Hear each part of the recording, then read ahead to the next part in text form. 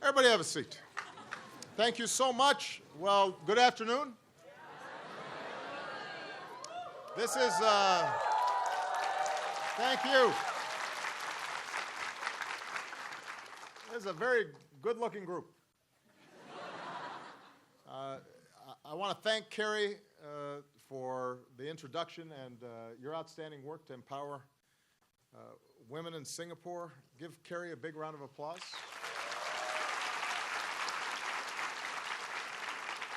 It is wonderful to be back in Malaysia. I want to thank everybody at Taylor's University for hosting us. Give them a big round of applause. And I want to thank the government, the people of Malaysia for their hospitality and leadership this year in hosting ASEAN. So, selamat petang. I was just at the APEC summit in the Philippines.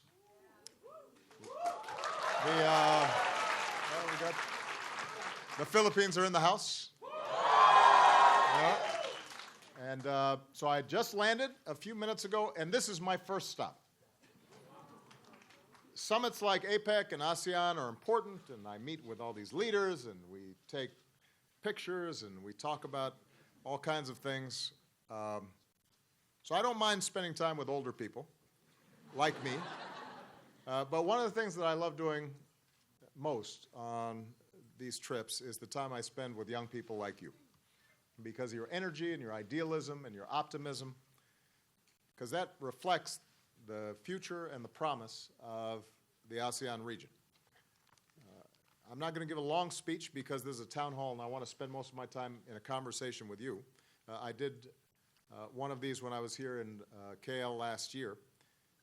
Once again, what I really want to do is take your questions, have a conversation about your hopes and your ideas, how you see the future. But I do want to briefly explain why I believe a partnership with America is so important. As you know, I've got a strong personal connection to Southeast Asia. I spent time as a young boy in Indonesia. My sister Maya is Indonesia's in the house. My sister Maya is half Indonesian. She was born in Jakarta. My mother spent years working in rural villages in this region, empowering women. And so the rich tradition of the Pacific, the food, the people, which I like the people and I really like the food. This is part of who I am and how I see the world. But even if I didn't have that special attachment, I would still know that the United States has to be a partner with Southeast Asia. It's critical for our shared future. It's home to so much of humanity, home to some of the world's fastest growing economies. And that's a key focus of my foreign policy, deepening engagement with nations and peoples in this region. And we've been very successful over the last several years, making great strides. We've strengthened our alliances.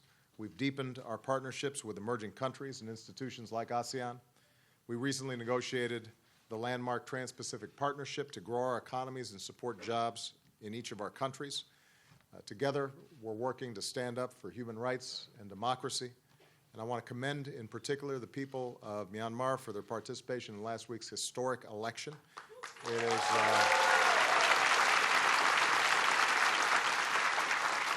it's another critical step in their transition to a more peaceful and prosperous and democratic Myanmar. But as important as they are, security alliances and trade agreements are not enough. Governments and even businesses don't have all the solutions. We've got to have a relationship that's from the bottom up, not just from the top down, not just among the most wealthy or powerful, but also from ordinary people who are trying to give opportunity to everybody. And so that people-to-people relationship is what's really important, and relationships between young people within the region and with the United States is what's really important. Connecting to each other, understanding each other can have a profound impact, whether it's a student exchange program or Yuna doing a duet with Usher. Now think about it. Here in the ASEAN region, 65% of the population is under 35 years old. 65%. That's like 600 million people. That's a lot of people. Young people like you are going to define the future of this region for decades to come. And thanks to technology and social media, you're more connected to each other than ever before. You're more connected to the world than ever before. I can barely keep up with you. I've got to get help from Malia and Sasha just to figure out how to use the phone. And perhaps more than any generation in human history, you have the power to change your communities and your countries and the world. And at a time when we face enormous global challenges, from the environment and climate change to empowering women to income inequality and small business development, we have to have your talents and we have to have your skills. You know, a lot of us have been thinking about the horrific attacks in Paris. And when you think about the terrible vision of those who carried out those attacks, and you contrast that with the young people who are represented here, who are building things and helping each other and creating businesses and opportunities for themselves and for others. And when you think about the incredible potential of ASEAN as a place of religious diversity and ethnic diversity, you can set an example, not just to stand up to violent extremism, but to build interfaith dialogue, promote tolerance, and to combine an appreciation of your own culture and traditions with the modern world. And for all these reasons, 2 years ago, we launched YSEALI, the Young Southeast Asian Leaders Initiative.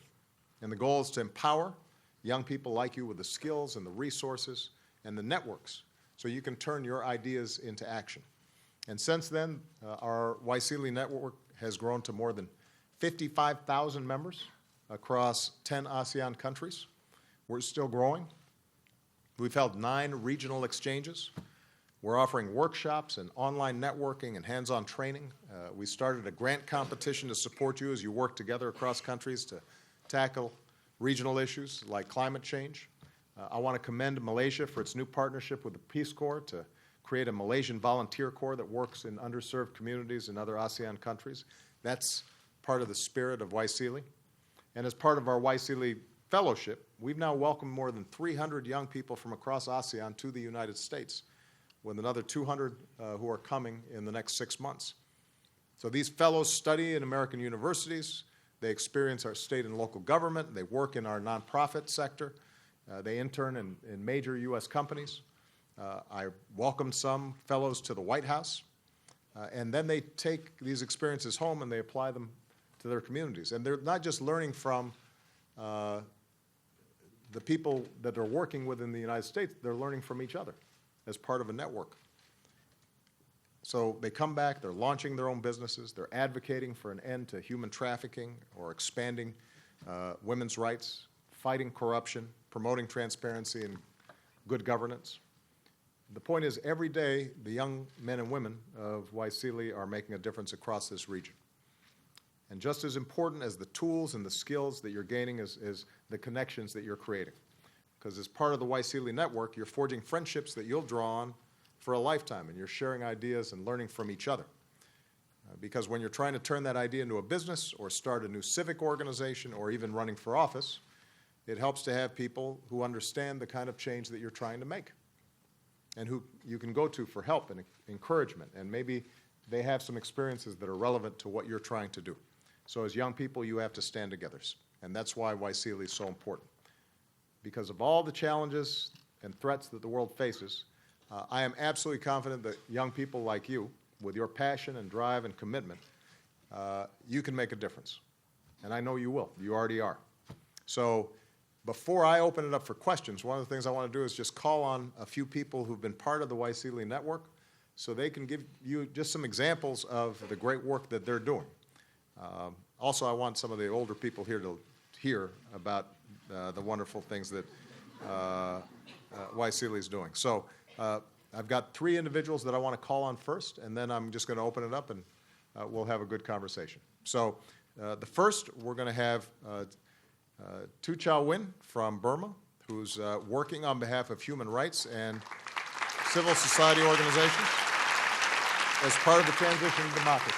So Go ahead, please. Do we have, by the way, do we have microphones or? Here we go.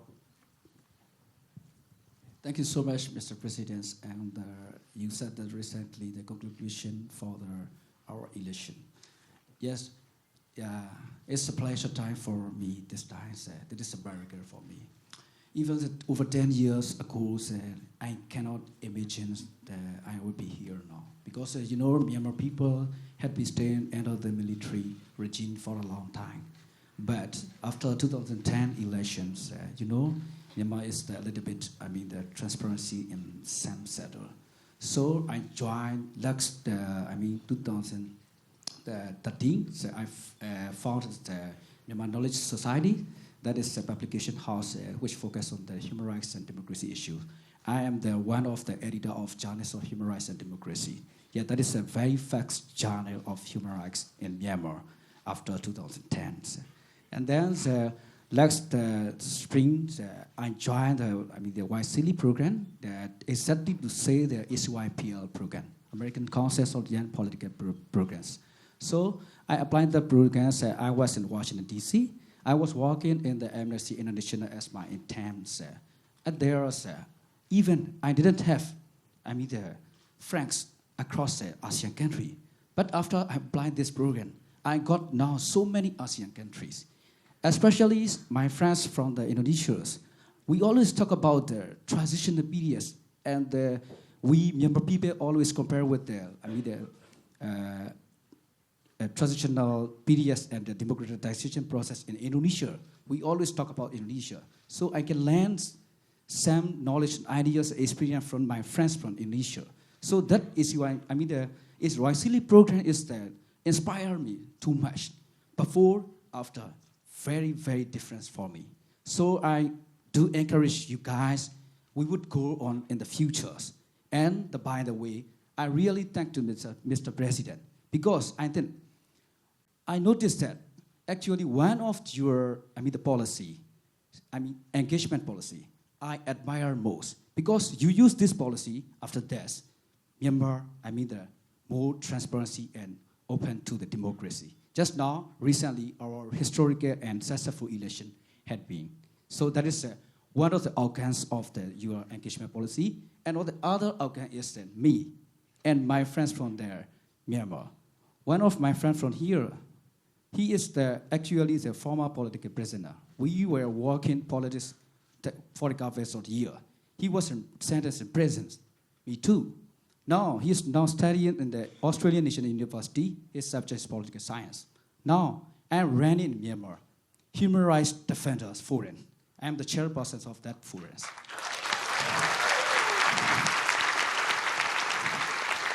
Yes, thank you. My forums just provided HRTs across the country. Now, I'm working for promoting the human rights and democracy in Myanmar, not only in Myanmar, but also the world, especially the South Asian region. Thank you so much, all. Fantastic. Well, thank you, Tu Chao. That was an outstanding presentation, and we are feeling optimistic about what can happen in Myanmar, in part because of young people like you. Next, we've got Chun Sian Chu from Malaysia, who's training young people in entrepreneurship.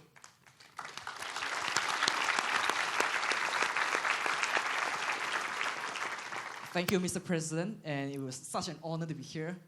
My name is Chun Sian from Malaysia, and I'm the founder of this youth development organization called LifeChamp. So in Malaysia, we have the highest household debt in ASEAN, not only in Malaysia, but in ASEAN. And with our youth piling up massive credit card loan and car loan at a young age, and eventually they resort to seeking credit counseling. So what we do through our Young Money Master program is to teach them to have good money habits, good money belief, teach them sound money management skill, personal financial planning, and how to do the investment. So YCL program has helped me tremendously in my endeavor. So through YCL, I was flown to Washington, D.C. to participate in the global summit, whereby I get to learn, I joined the financial inclusion track, which I get to learn from some of the world's best minds on how I can structure a more effective financial education curriculum. So upon my return, I took the ideas and came back and restructured my program to improve my curriculum. And eventually, Wisely also helped me to launch a series of campaigns and workshops nationwide to reach out to the underprivileged children, underprivileged students, to teach them to be more money smart. And the other way we do is we also talk about entrepreneurship and social entrepreneurship as well. So I want to thank President for such a marvelous initiative. And because of that, I learned and I benefited. Thank you so much. Thank you. Thank you. That's outstanding. So finally, we've got Jindavan Sanlath from Laos, who's dedicating herself to protecting the environment. Jindavan. Thank you very much, Mr. President. I am very, very happy to be here today. I am Jindavan, a Wisely alumni from Laos PDRs. I was born in one of the most remote parts of Laos. And my father passed away before I was born. And because of my background, I never thought that one day I will be able to help my communities or make some changes to my community. Because of Wisely, now my thoughts change. Being a part of Wisely expanded my thinking and able me to see the challenges facing my communities and empower me to be a part of the solution. I'm now working with a project called Forest Law Enforcement, Governance and Trade, which aims to promote legal timber trade and sustainable forest management. I have already been able to apply the lessons I learned in Montana to help improve forest management in Laos. Wisely is my life-changing chapter. Thank you very much. Thank you. Thank you. Thank you.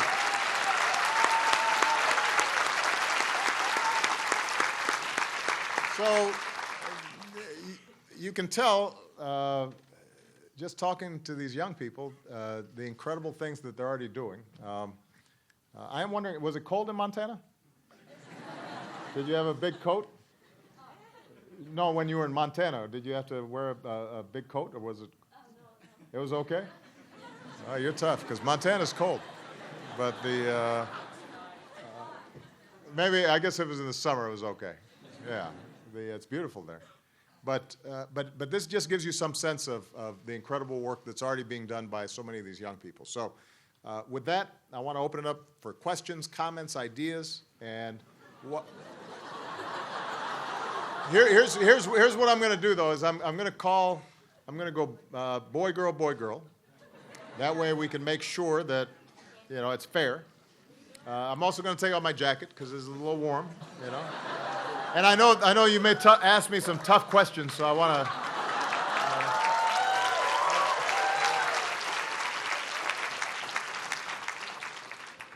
Okay, so let's see who's going to go first. I'm going to call this young lady right here in the green. And if you can please introduce yourself first, and then the question or the comment. Hi, thank you, Mr. President. My name is Elizabeth, and I'm from Indonesia. Hey, apa kabar? Baik sekali. Dari mana ya? Jakarta. Dari Jakarta. I went to your... Well, recently you had a discussion about the role of the entrepreneurs to tackle climate change. So my question is basically, because some of us here are entrepreneurs, we are not yet political leaders, but we are entrepreneurs. So what is your expectation from entrepreneurs, young fellows, Wisely, for the climate change? Good. And also, yeah. For the upcoming UN climate change in Paris, whether you are optimistic about the result of that. What kind of business do you want to start? Now I'm in the energy and environment, so I'm working... Do you already have a business going, or you have an idea that you want to do? I have an idea about what to create. Yes. Excellent. Okay. Thank you. Yeah. Thank you. Well, first of all, I think that so many of the young people here understand why climate change is so important. The science is very clear that because of the carbon emissions that we send in, mostly from the use of fossil fuels, oil, gas, coal, the temperatures worldwide, on average, are getting higher. And that begins to change weather patterns. The oceans begin to get warmer. The ice in the Arctic begins to melt. And you get a feedback loop that as things get warmer, that creates even more of a trend towards warming. And if we don't stop the amount of carbon that we send out, and we don't find new ways of creating energy, then you'll see the oceans rise, more extreme weather events, more drought, more flooding, bigger hurricanes, typhoons, and it could have a devastating effect on countries all around the world. And probably the biggest effect will be on poorer countries who don't have as much infrastructure to protect themselves. So this is not just an environmental issue, but it's also a development issue. And once it starts, it's hard to reverse. So this has to be one of our highest priorities, but it's a hard issue to deal with because it doesn't happen right away, right? It happens gradually. And so people always think, well, that's something we don't have to worry about now. But if we don't get started now, it's gonna be too late.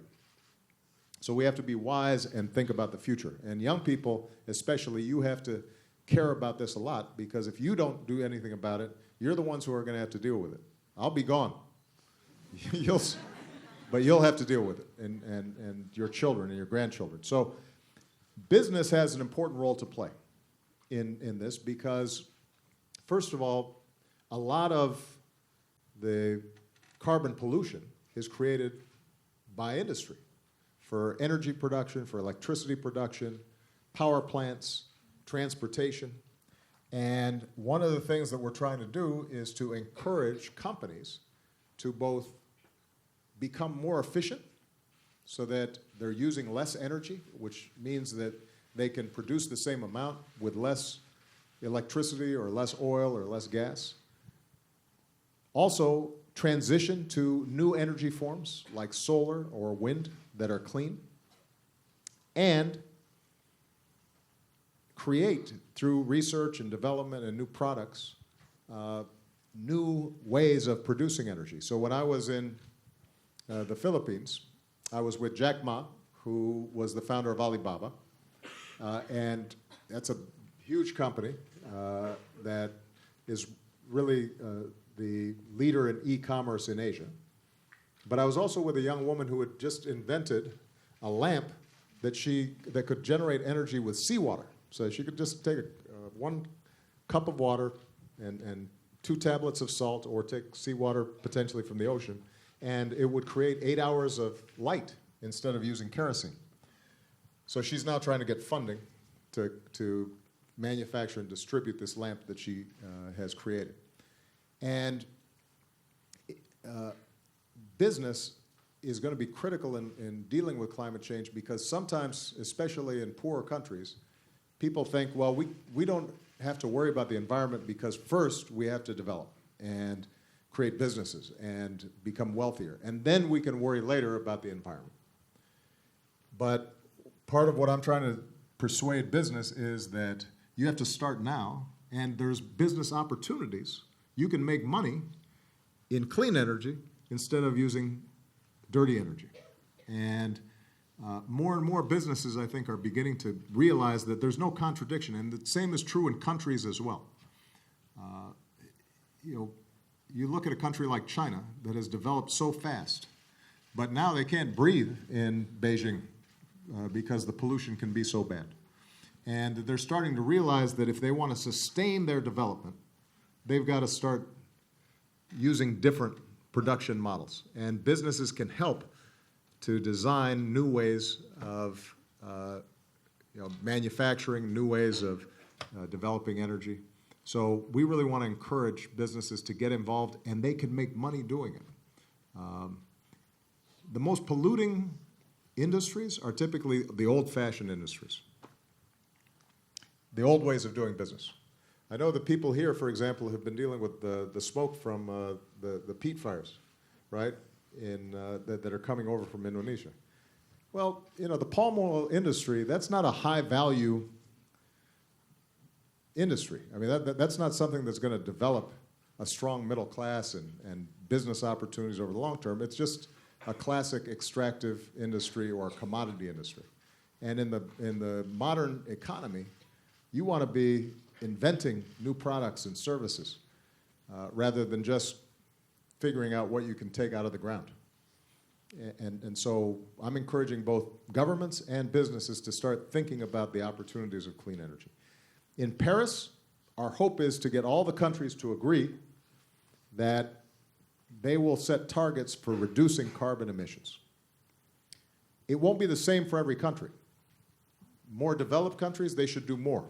Less developed, they don't have to do as much because they haven't contributed so much to carbon pollution. But everybody has to do something. And what we want to do is have each country try to create incentives for businesses, whether it's tax breaks or investments in research, so that businesses can work alongside communities to try to solve the problem. And I feel optimistic that we'll get it done. It won't be as strong initially as it needs to be eventually, but if we start now and everybody agrees that this is important and we do something, then I'm confident that we'll be able to solve the problem. Okay? Okay, terima kasih. Yeah. All right. So it's the young man's turn. This young man in the blue tie right here. Yeah, you. Hold on one second. Oh, you hold it? Okay, thanks.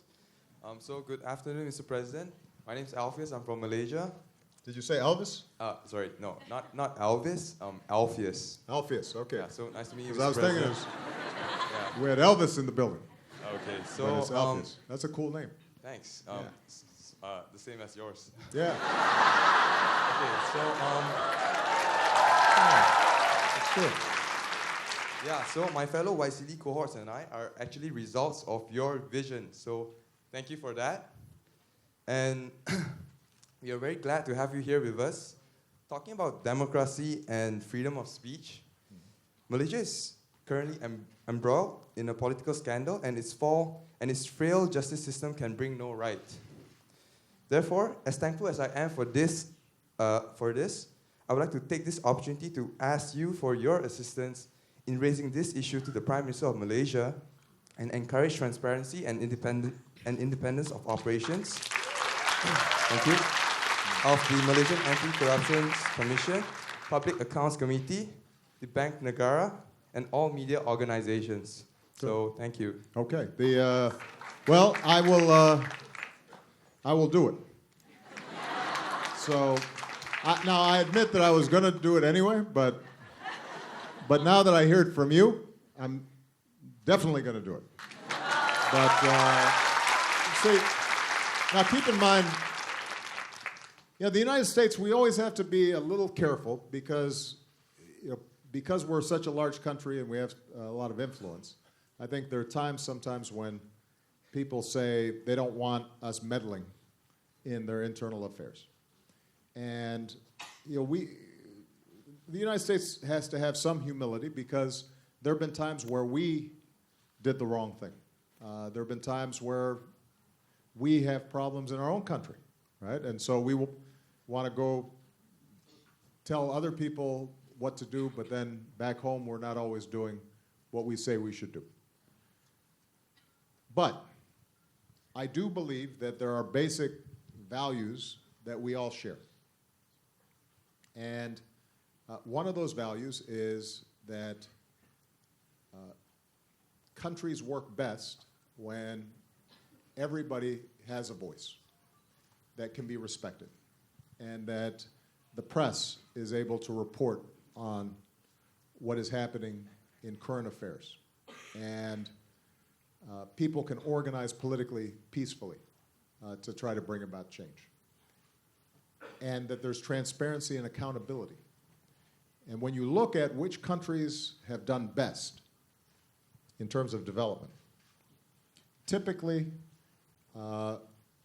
over time, those countries that have some accountability and some measure of personal freedom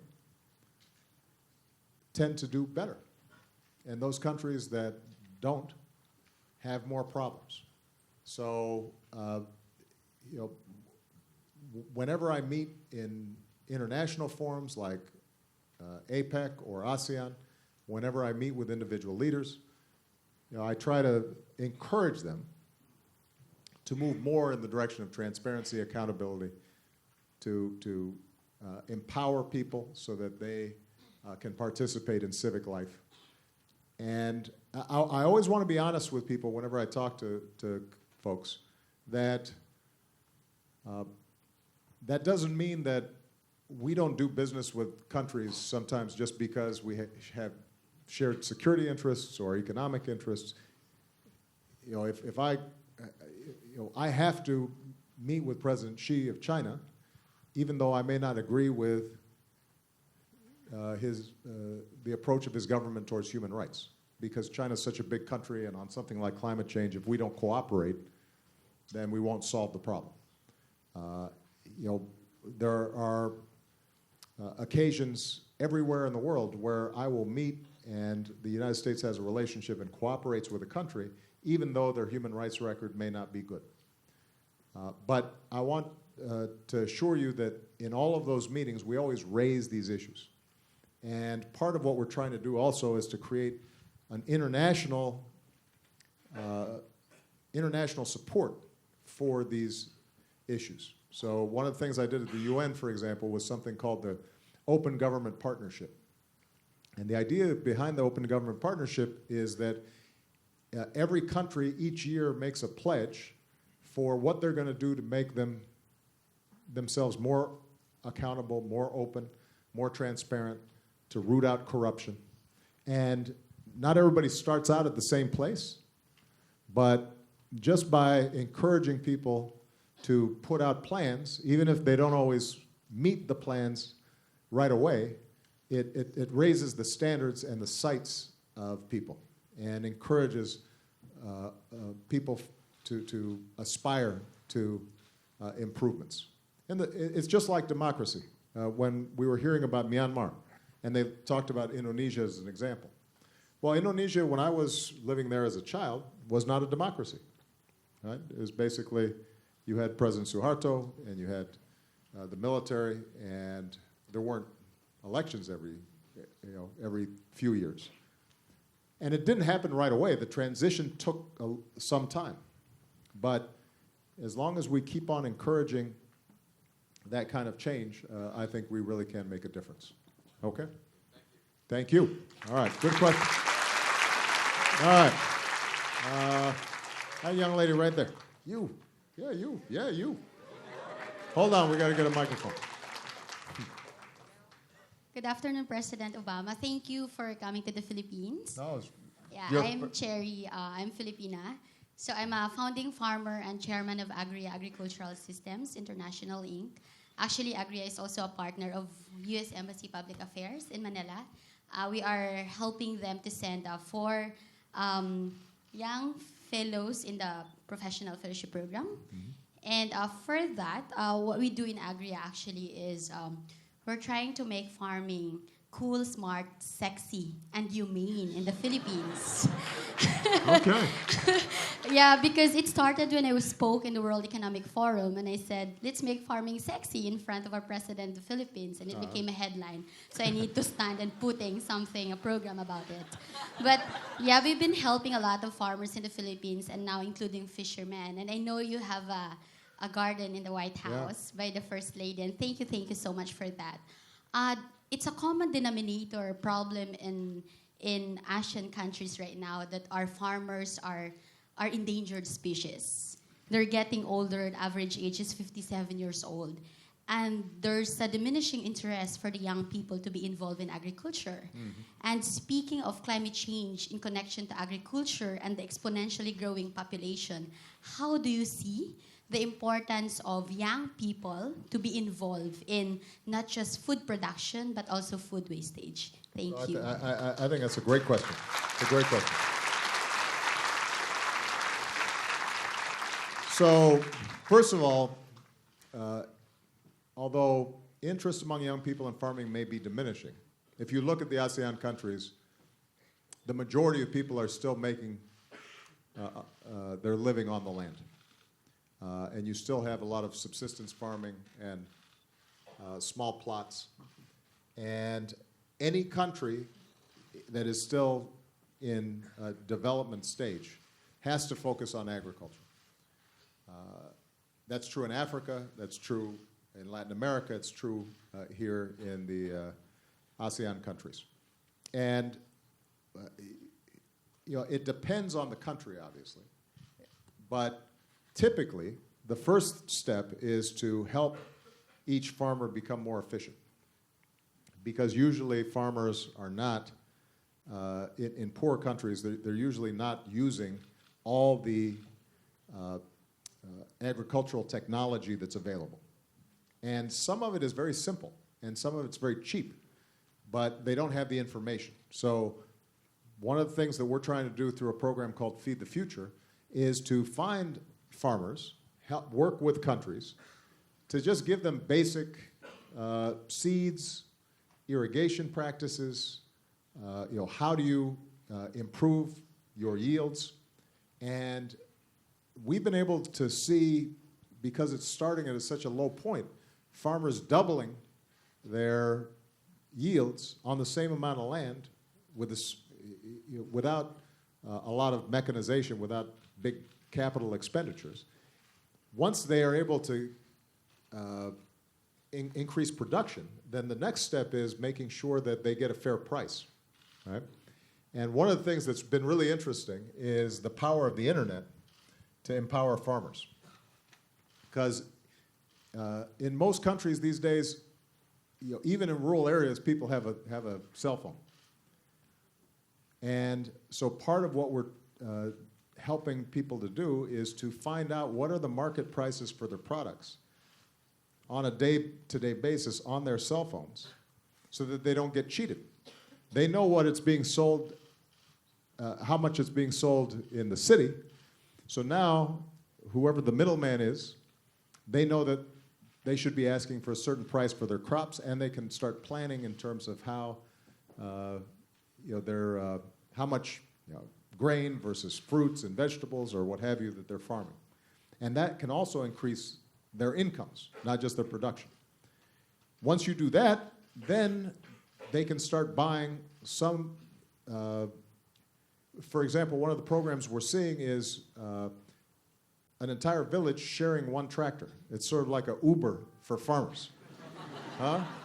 So instead of, it's so expensive to buy an entire tractor, a lot of farmers can't afford that. But if you set up a system where you can buy a tractor and then essentially they can rent that tractor or timeshare that tractor, now suddenly that also produces increased yields. And then the next stage is to think about, okay, instead of just producing the product itself, can we also then do some of the processing? And you can start putting together cooperatives, for example, for food processing so that you're moving up the value chain. But the point is that when we start thinking about agriculture not just as subsistence, but also how is it interacting with the market, how are you applying technology, now it starts looking kind of sexy because you can actually, a young person can, instead of moving to the city, they can stay in their village and watch slowly their standards of living improve and begin to create small businesses, and the entire community can rise even as their own prospects improve. And so this is something that we're really going to try to focus on. And we're working with governments, but also with NGOs to try to do as much of this work as possible. But I think you're raising an important point. We see this in the United States as well, that a lot of young people don't think that farming is a high ambition. And we want to encourage people to recognize that working on the land is a wonderful and important thing. And if we're going to feed enough people, then we've got to have more farmers, and we've also got to make sure that they're getting good terms on loans, because oftentimes what holds them back is just having enough capital, just a little bit of seed capital, in order to be able to do what they need to do. So, good luck. Keep up the great work. So, all right. Let's see. Hold on. This young man in the purple shirt. That's a nice looking shirt.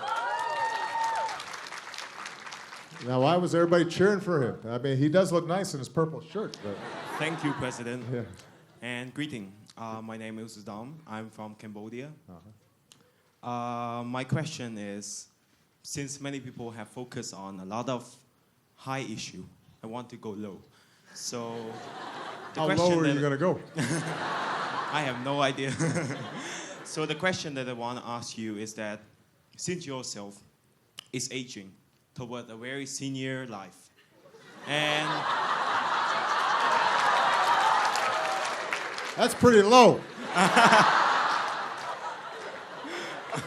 I'm sorry, President. Okay, just go straight to the question. So, how do you see your kids and the young people, the young leaders, as the insulin between the old people and the young people?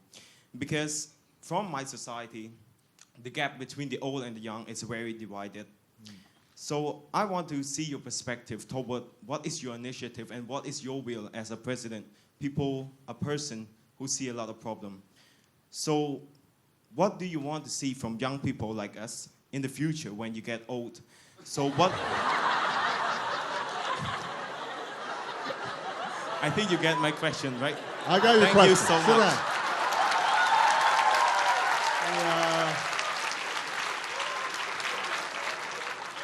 Well, the first thing I want from young people is to stop calling me old. Come on. You hurt my feelings.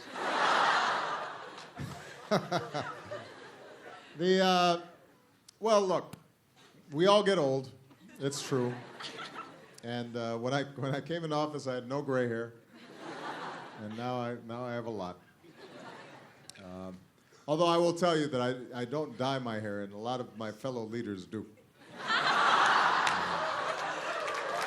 I'm just saying. I won't say who, but their barbers know, their hairdressers. You know, I think the most important thing for young people is that they're not trapped in the past. And human progress is driven by looking at a problem with fresh eyes, with new eyes. And you know, as you get older, what happens is that you just get in the habit of seeing the same thing, and it becomes routine to you, normal. But when you're young, you ask your questions, well, why does it have to be this way? Right? Why does my community have to be poor? Why do we have to have pollution in the air?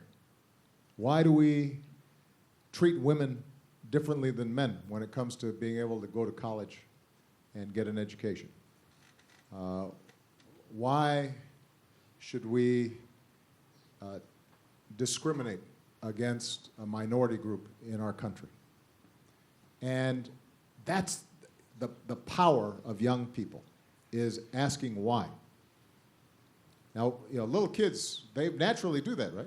You know, when you talk to a 4-year-old or a 5-year-old, 6-year-old, you tell them to do something. Why? Why? And you know, sometimes as parents, we try to say, because I told you so.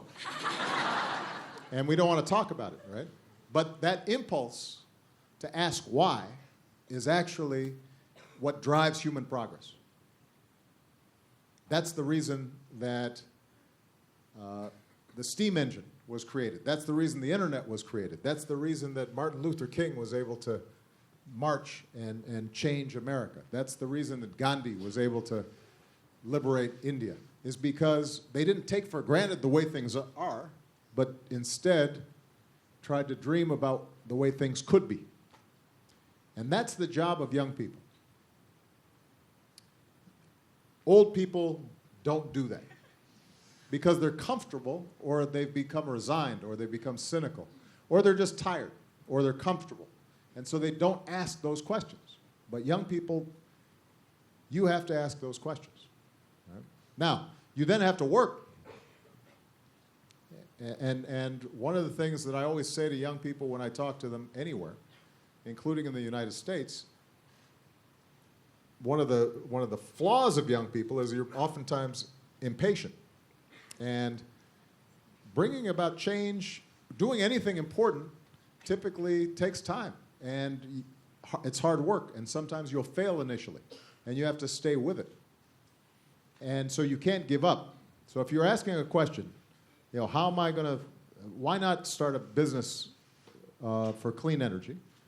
Well, you have to have an idea. You have to get capital. You have to have a business plan. You have to create the business.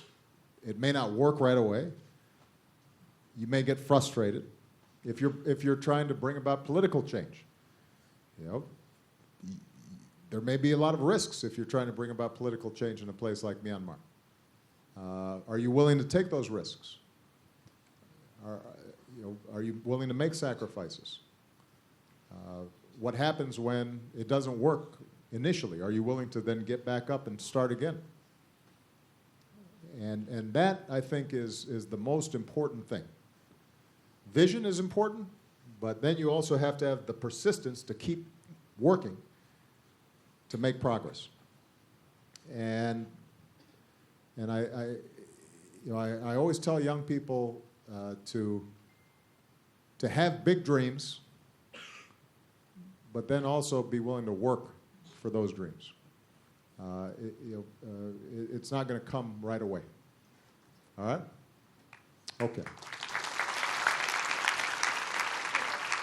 Yes, young lady right here.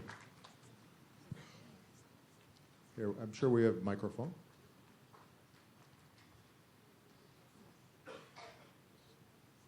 Thank you, Mr. President.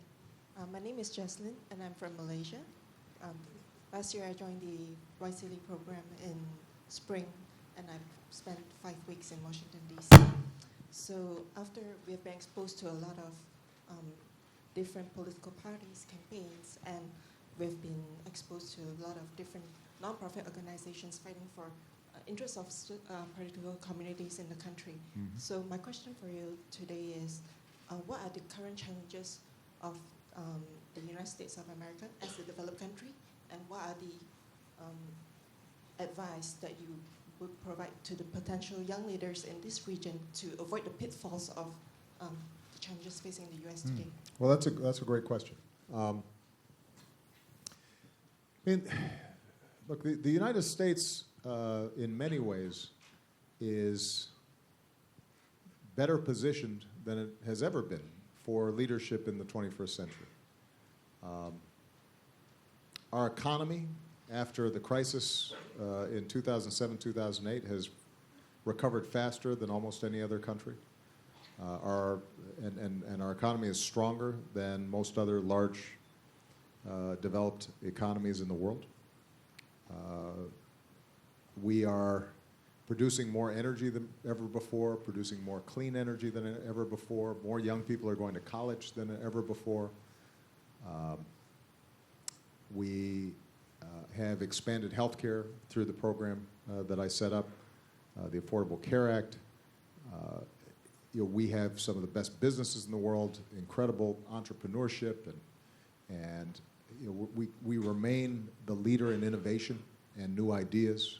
And in the technology sector, obviously, we continue to generate new ideas all the time. But when you go to the United States, I think there are still some anxieties. And I would say that, number one, in the United States, there is a growing inequality that I think is a real problem, not just for the United States, but around the world. And some of this has to do with technology is replacing low-skilled jobs and automation, and so it's harder for people if they don't have good educations to make a living. There's more global competition. That's putting pressure on middle-class families. And when people feel economic stress and inequality, then I think then politics becomes harder because people are afraid for their futures, and sometimes politics can become much more divided than it used to be. Also, what happens is when there's more inequality, the people who are powerful can influence the political system to further reinforce their privilege, and it makes it harder for ordinary people to feel that they have influence on the political process. And so people become cynical. Now, these are all problems that can be solved, and I'm confident we will eventually solve them, but right now our political system does not work as well as it should. And what I would say to young leaders, what sort of pitfalls should you avoid? I would say, number one, it is very important to avoid any political system where money overwhelms ideas. And the United States political process has become so expensive, and it lasts so long. And even though I was successful in it, we spent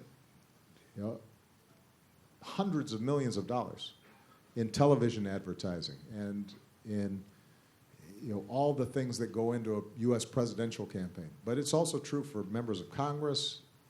And when politicians have to raise so much money all the time, then they start listening a little bit more to the people who have money as opposed to ordinary people. And that, I think, is a danger that can be avoided by the system that you set up to make sure that campaigns are not reliant just on money. That's something to avoid. I think the second thing is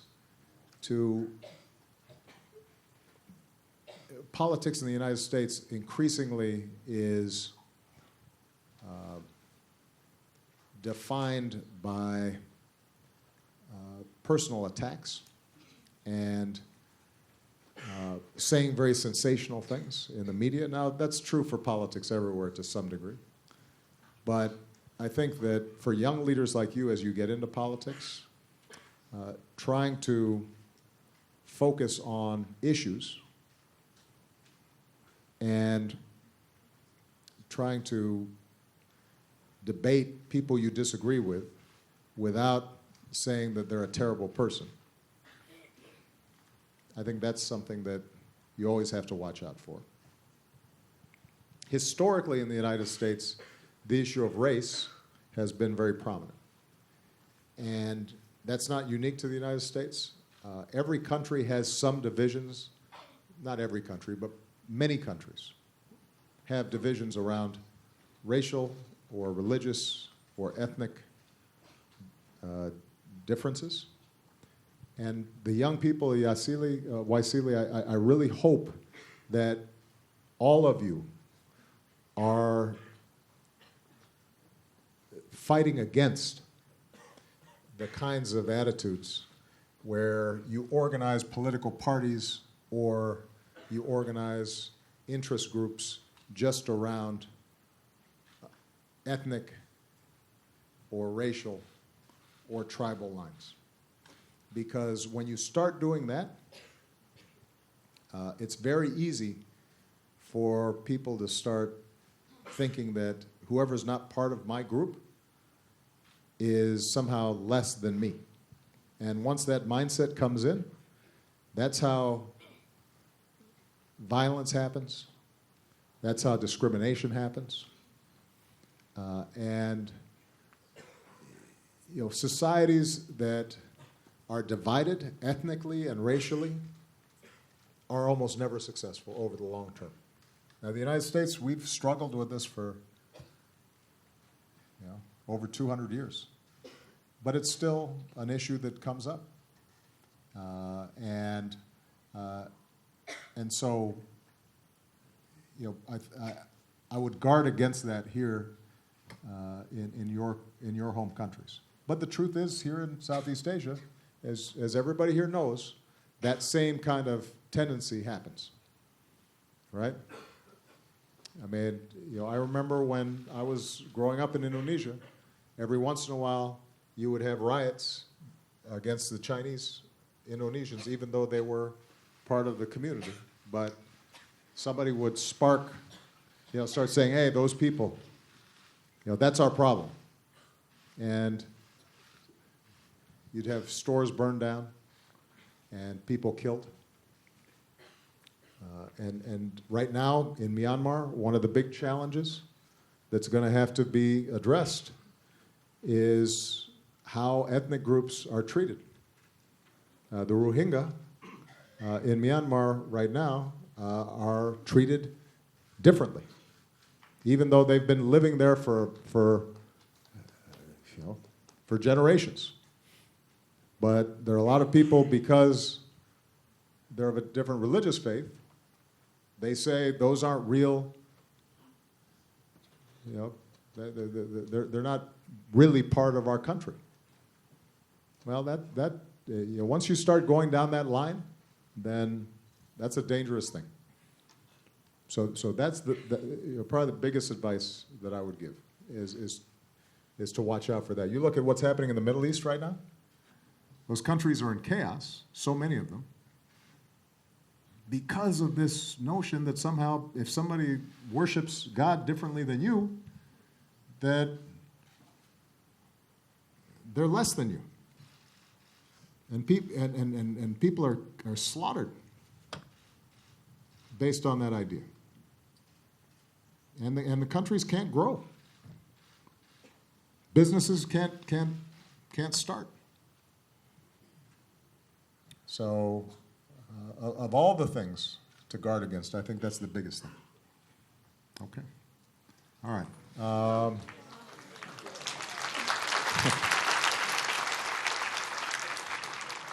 I'm calling this guy because I like his jacket. That's a sharp-looking. Here, hold on a second. Here, we got a microphone right behind you. Hello, hello, Mr. President. Thank you for this opportunity. So my colleagues and my friends already asked very high and low questions. This is a middle question. So I will ask you very simple personal questions. Okay. So who is your most influential person in your life and why? And does he or she reflect your current role? That's so interesting. much. Yeah. The most influential person in my life is was my mother, who she's passed away now. She died young. She was a year younger than I am now when she passed away. She died of cancer. But she was somebody who grew up in the middle of America in a state called Kansas. She was, my grandparents, her parents were very ordinary, middle-class, working-class people. They came from humble beginnings. But somehow, at a very young age, she was very spirited and very adventurous. She was white, and she married a black man back in 1961, which at that time was against the law in some places in the United States. even though they didn't stay together.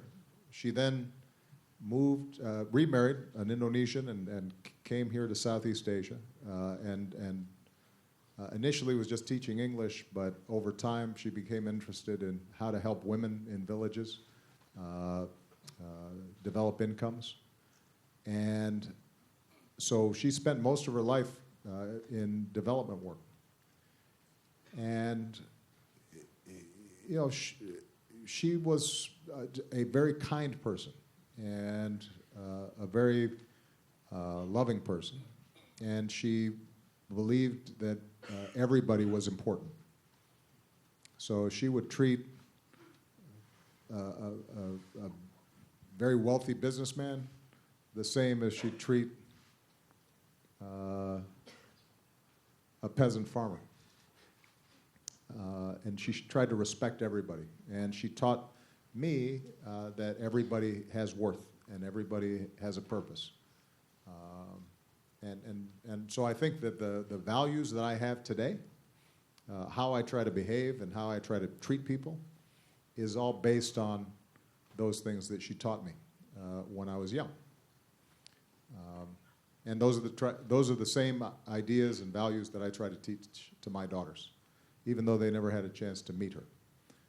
But I hopefully I've passed on some of the same things to her. Good. Okay. All right, way in the back there. Yeah, you. Selamat datang, Mr. President. Selamat datang. My name is Wong, and I'm from Malaysia.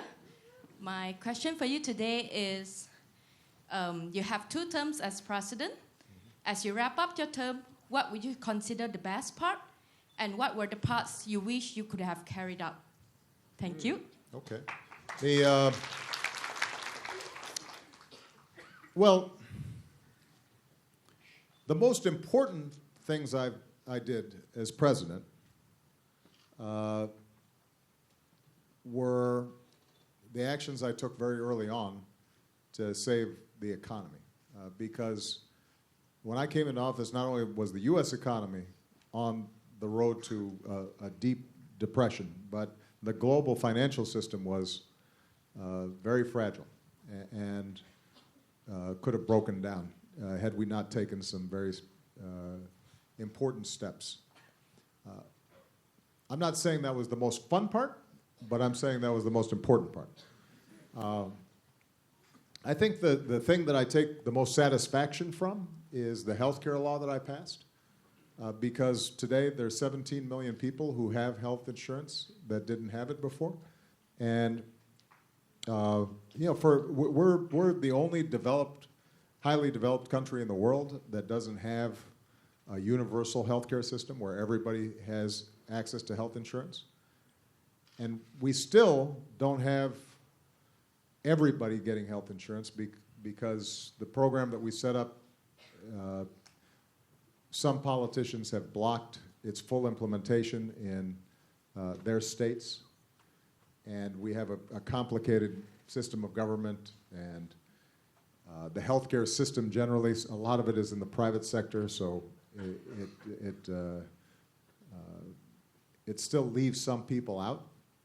But every day I meet people who come up and say, you know, you saved my life because before I didn't have health insurance, and then I was able to get health insurance, and I was diagnosed with cancer, and if I hadn't gone to a doctor, I would have never caught it in time, and you know, so you feel good about that.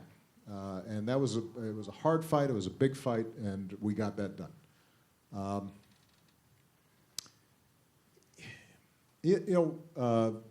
Since I'm an old man, as this guy says, one of the things I find is it gives me some perspective. So the things that were hard or I didn't like, you know, those fade in my memories. I don't think about them as much. I don't have regrets. There are things I wish we could have gotten done. For example, our system of immigration in America is broken right now. Historically, America, one of the great things about America is that we're a nation of immigrants. If you walk down the street in Los Angeles or New York or even in a small town in America, you don't know exactly what an American looks like, right? An American can be African American, it can be an Irish American, it can be a Chinese American, but they're all American. And that's because we're a country of people who came from everywhere. And that's been our great strength. Right now we have a system where too many people have come, but they didn't come with the right papers. Oftentimes it's very hard for young people who want to immigrate to get approvals. And so we tried to streamline the system, but the other party so far has been very resistant to it. I think it's the right thing to do. I think it'll eventually get done, but we didn't do everything that we could. So, but one of the things that you learn, this is what comes, the perspective of age, is that you know, you do what you can, and you're never going to be completely satisfied with what you accomplish. And that's why you have young people, so that, you know, we leave you something to do. Because if I had solved every problem, then you'd be bored, and you'd have no reason to be part of Waisili. So, all right? Let's see. It's a gentleman's turn, right? This guy right here. Yeah, go ahead, yeah. Thank you, Mr. President. My name is Ombendo from Myanmar. I'm a doctor and an entrepreneur myself. Being an entrepreneur, you have to wear a lot of hats at the same time. You have to do management, you have to do financial, HR, whatnot. Being the president of one of the most powerful nations of the world, how do you know when to stop yourself from juggling, and when do you know that you have to seek advice? Well, first of all, what kind of business are you trying to start or have started? It's already. Is it in the medical field? No, it's not. I call myself a multi-potentialite. Okay, well that's a big word. What does that mean? It means that I have a lot of interests and I try to be good at everything I'm interested in. Okay, well, so you've already started a business though? What kind of business is it? I'm trying to create a booking website, but there's a lot of mom and pops accommodation across Myanmar, but being like late in technology, a lot of them are not tech savvy, and I want to bring them online and. Okay. And so it'd be a little bit like a Myanmar Airbnb. Yeah. I got you. Okay, that makes sense. It's a great time to start businesses in Myanmar as things open up, because the potential for tourism there is really wonderful. It's a beautiful country, and in some ways, the potential, if the development is planned, to retain the beauty and the charm of the country, it could be really powerful. So good luck. I will say, though, that one piece of advice is don't try to do everything, at least not all at once. It is true that as president, I have to do a lot of things. And one of the interesting things about being president of the United States is that you're not just president of the United States. If there are problems elsewhere, people still expect you to solve them even though they're not your country. And that's part of the leadership and obligation and responsibility that we have as a powerful nation. But I do find that I have to focus, because if I'm trying to know everything and manage everything, then nothing gets done. So a couple of pieces of advice. One is you have to continually decide what are the things that are most important, and start with those. if you make a list, you have to prioritize what's the thing that has to get done. What's the thing that strategically is most important? What's the thing that will make the biggest difference if I do this well? And if you focus your attention on that, then yes, there will be some things that don't get done, but your basic mission will be well served. You have to prioritize. Number two, you have to delegate. One of the things that I'm pretty proud of in terms of how I manage my presidency, but also how I manage my campaigns and past work, is I'm good at surrounding myself with really smart people. And I think the job of a leader is not to try to do everything yourself, but it's to try to organize people, each of whom have different talents and skills, make sure that they are joined in a common vision about what needs to get done, but then go ahead and let them, give them the tools so that they can do what they need to do. It's just like a basketball team. I played basketball, so I usually use that, but if you prefer soccer, that's fine. But any sporting team, the teams that are the best teams are the ones where each person has a role to play, and they're all working together. But I think sometimes when there are a lot of managers or leaders who they don't know how to give up control to somebody else. So they want to just do everything. And then they get spread too thin, and the people they're working for, they never develop and never feel a sense of responsibility or ownership for the project. And as president, I can't keep up. I can't be an expert on everything. So my most important job is to identify the talent who I have confidence in, and then I put them in charge. Now, I'll give them a sense of direction. I will hold them accountable. So, I expect them to produce. If they have problems, I expect them to tell me early so that we can together solve the problem. But I want to give them a sense of empowerment. And that's how you duplicate yourself. That's how you spread the amount of things you can do, is because you're part of a team. Very few things, great things, are done by yourself.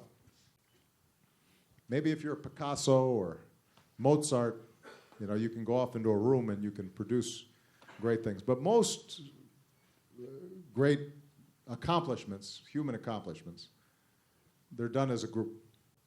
And your job as a leader then is to be able to assemble, to bring together people in a common vision.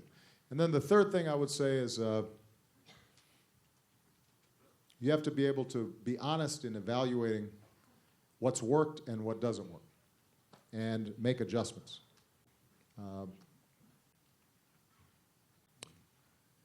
A lot of times people go down one path, and even though they get lost and they're,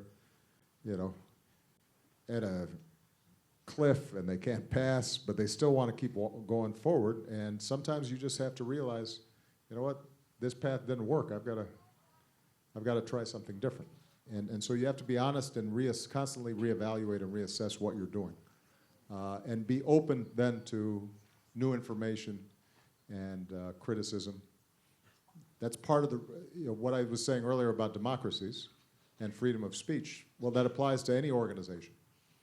If you are shutting down people from giving you suggestions or telling you what you're doing isn't working, is not smart, then if you don't want to hear that, then you'll just keep on making mistakes because you're not open to new information. Okay? All right. Let's see. I got young lady right there. Yeah. Yeah. There we go. We got a microphone? Can we get a microphone to the young lady? Here we go, right behind you. Yeah.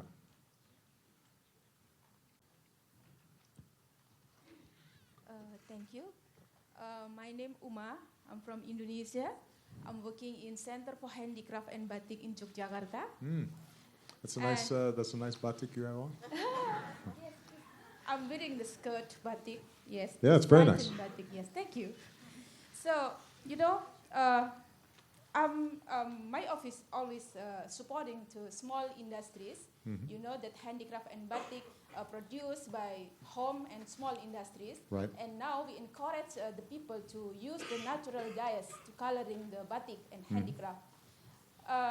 And also, what the reason is because we have the lot of natural resources, and also there is the global market demand on friendly products. Yeah. In other side, unfortunately, the developed countries like European or I don't know, maybe also US, United States, still export the unfriendly synthetic dyes to developing countries. So my question, simple question, what do you think about this situation? Well, it's interesting. I don't know enough about sort of batik production. I mean, I know my mother did, but I don't. To know sort of the difference in the prices of dyes and what works and what doesn't.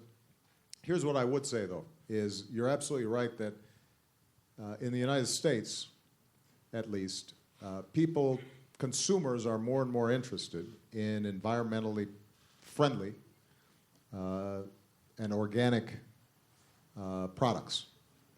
And so if you are producing things that are using natural dyes, then that's something that you can market, and it's a selling point for a lot of consumers. Now, the fact that countries are still selling artificial dyes into Indonesia or other places, that's the way businesses work.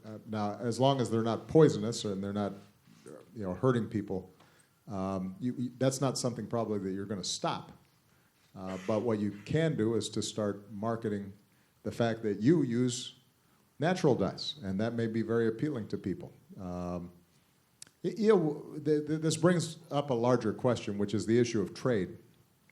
We just completed this Trans-Pacific Partnership, which brings together 12 countries in the Asia-Pacific region, including a number of ASEAN countries like Malaysia and Vietnam. And trade is something that can be good and can be bad. It is good in the sense that it allows each country to pursue the things that it's best at, produce goods that it can do better than others, and everybody can get richer. It also can create real problems because it brings about competition. It can change the way things are done in each country, and if somebody from another country has a much more efficient, effective way of making a product, then the local producers can lose a lot of business and people can be displaced from their jobs. And we've seen this in a lot of countries.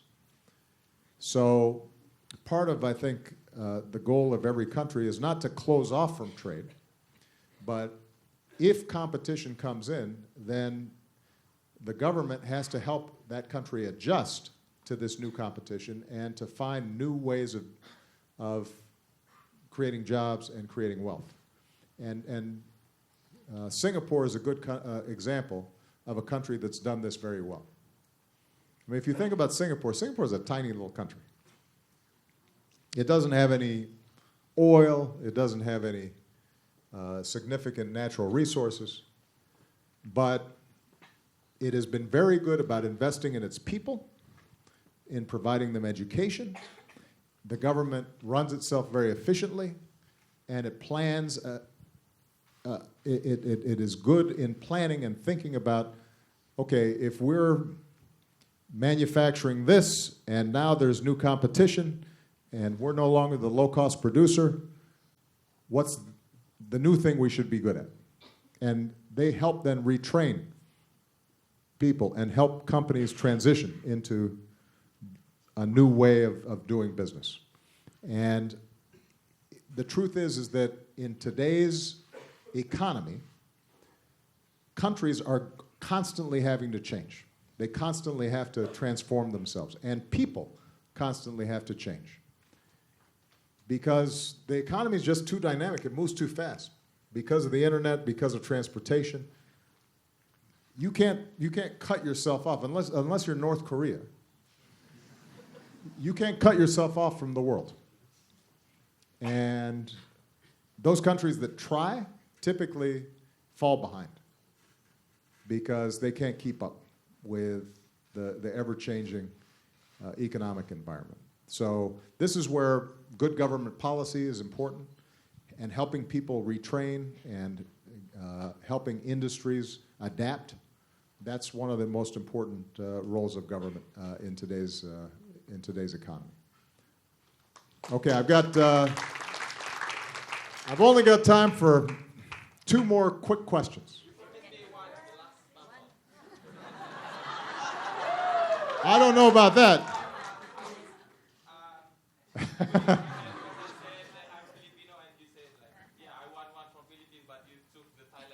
Wow, you've been waiting for a year.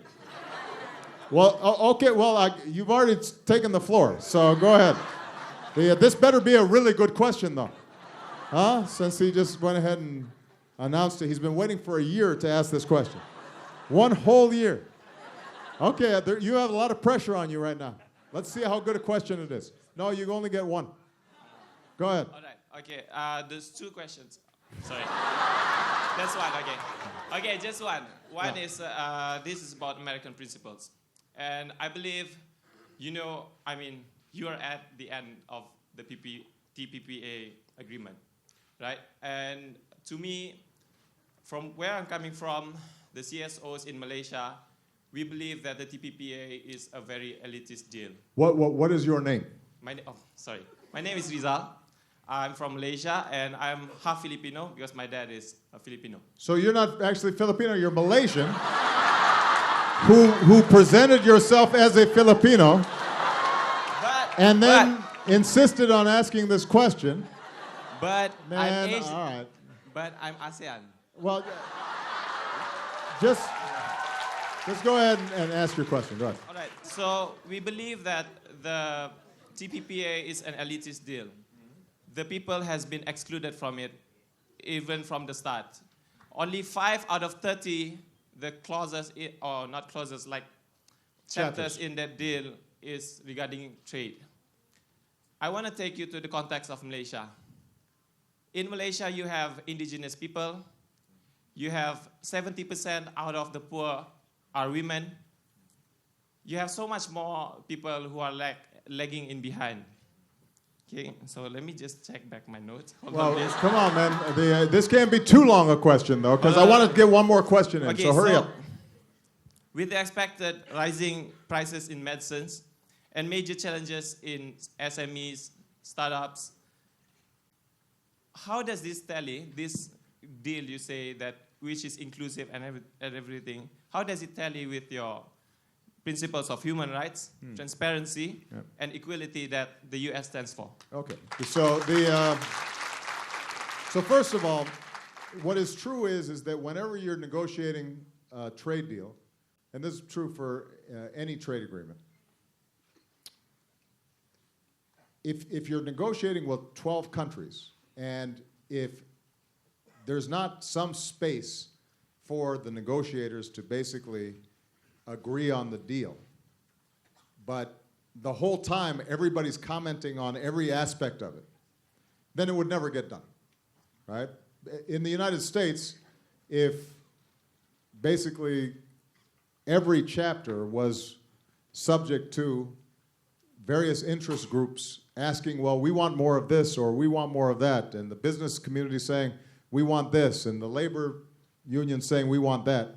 Just in the United States, we could never get it done. And then when you try to get 12 countries together, and everybody was in on every aspect of the negotiation, it would never be finished. Because people would always ask for more.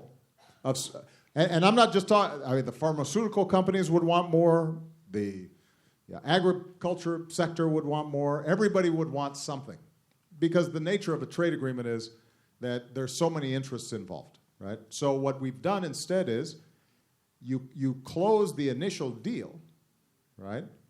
Now it's subject to review. It's up on a website. You can go and read every chapter, and people can, each country then has to ratify it, and it's subject to the approval of the legislatures or the parliaments or whatever form of government in approving or disapproving it. I've still got to get it passed in Congress. And members of Congress are going to read every line, and there are going to be some people who think it's a good deal and some people who think it's a bad deal. And I believe that it's a good deal and we'll get it done. But there's no guarantee. So the point is that it's inaccurate to think that transparency means that you and everybody else are all in a room together negotiating the entire time in an open environment, because it would never get completed. Partly because each country has to give up something in order to get a trade deal done. For example, we have to open up some markets to goods that previously were subject to tariffs. And somebody in our country is not going to like that. But our view is overall, that's good. That may be helpful to Malaysia. And in turn, we will be able to sell something to Malaysia. Somebody in Malaysia won't like that. Right? So that's the nature of negotiations in a trade deal. Now, with respect to some of the specific things that you said, I actually think it's inaccurate. So let's take the example of pharmaceuticals. No, I'm just going to give you an example. This is an area where people actually have expressed concerns because the U.S. pharmaceutical industry is the most prominent in the world. We do a lot of the research and development that invent many of the new drugs. And what is absolutely true is that a lot of the drug companies, once they invent a drug, they want to keep making money as long as possible on that drug. And sometimes they want to keep making money on that drug even though they invented it a long time ago. They want to preserve their rights, exclusive rights to make it, and they keep selling it at a higher and higher price, and they don't want generic substitutes that are lower cost. Right? So what we did in this deal was we said that we should provide some protections for some drugs, because if you don't provide some intellectual property protection, then nobody's going to invent a new drug, because the minute they did, then there'd be a generic that was produced right away, and there'd be no point in inventing it because you wouldn't make any money. Right? The same way that if you are a singer and you make a record, but the minute you record the record, people can just download it without paying, at a certain point, that's going to hurt the music industry, right? So we said we had to protect some, but we're very explicit in the chapter on this to say that we have to protect generics for low-income persons. In fact, we need to eliminate tariffs on some things like penicillin and basic drugs that have been on the market for a very long time. And over time, we actually believe that the costs of drugs are going to go down in many countries that currently have a lot of barriers in terms of those drugs. Now, and here's proof that this wasn't just some giveaway to the drug companies. Right now, a lot of the drug companies in the United States are mad at me because they said, how come we didn't get more protection? And what I said to them is, well, part of our job is to promote the U.S. drug industry, but part of our job is also to be good partners with countries that have people who are sick, and we've got to make sure that they also are able to get access to drugs. So the point is, the point I'm making, though, generally, is that in this new global environment, it's what I said earlier, things are changing all the time. And part of my principles and my values is that we have to make sure that the change is good for ordinary people, that it's good for the farmer, it's good for the young student, it's good for women, it's good for developing countries. But I do not believe that we can stop change. I do not believe that, for example, if we just put up a bunch of barriers to trade, that that's going to help countries grow. I don't think that if we try to stop technology, that somehow we're going to be better off. I think we have to embrace change, but then we have to figure out how do we make sure that everybody benefits from change, not just a few. I believe in market economies. I think it's been proven that market economies are the best generators of wealth in the world.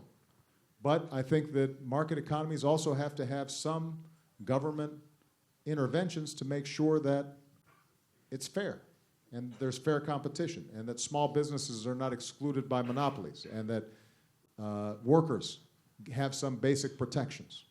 So that's the kind of balance that is reflected in TPP, and that's reflective of, I think, my policies both in the United States and internationally. Okay, I'm going to take one last question.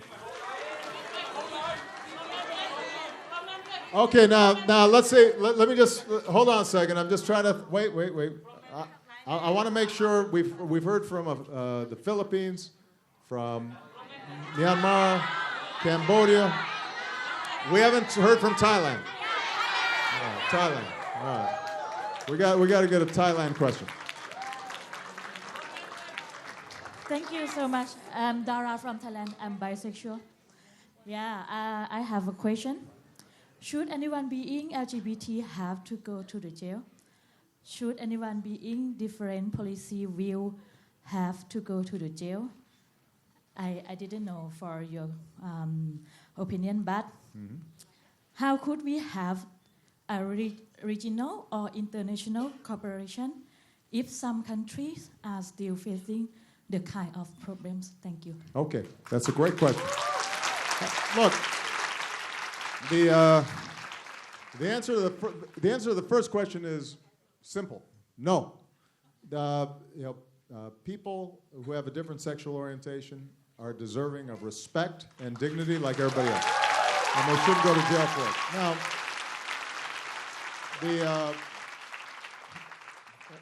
and I know that in ASEAN countries, as well as in the United States, people have different religious traditions, they have different cultural traditions, and that's fine. What I always say to people is that nobody's forcing you to behave in a certain way, and nobody's saying that. For example, we just had this debate about whether same-sex couples could get married. And part of the point I think we made in this debate was if a church or a mosque or a temple does not recognize those marriages, they shouldn't be forced to have to marry somebody that's contrary to their religious beliefs. But marriage as a civil institution by the state should be available to everybody, not just some. And so the point is that government policy should treat everybody equally under the law. That doesn't mean that we all agree on everything. That doesn't mean that people cannot have their own beliefs. But it does mean that in our public spaces, in how we interact as a society, that we have to respect people's differences, and as long as their relationships, who they love, is not having any kind of negative impact on you, you should respect that. And this goes back to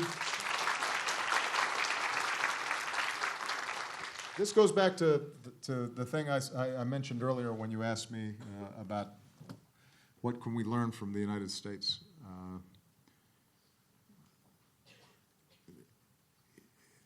I so strongly believe that the future of humanity depends on us all treating people with respect and dignity, and recognizing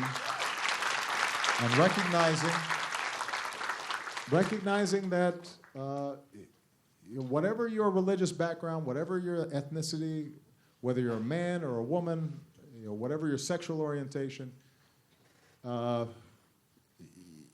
you have something in common with me, that we are both children of God, that we both were put here for a reason, and are deserving of kindness and respect.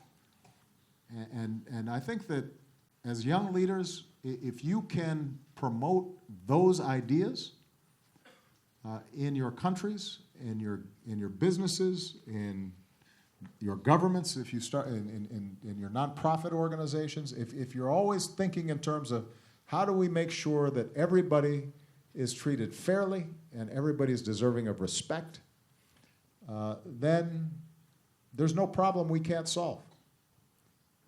And as soon as we lose that sight, lose that vision, and we start treating people differently because they're different than us, and we try to make ourselves more important by putting other people down, that's when bad things happen in every society. That's a universal truth. And we can celebrate our differences just like people are wearing different clothes and people have different foods. People can have different beliefs and different ideas. But the one thing that I believe is universal is that you have to treat people with respect and dignity no matter who they are. And if you do that, Waisili, then I'm confident you'll be successful. All right? Thank you, everybody. It was fun to be with you. Thank you.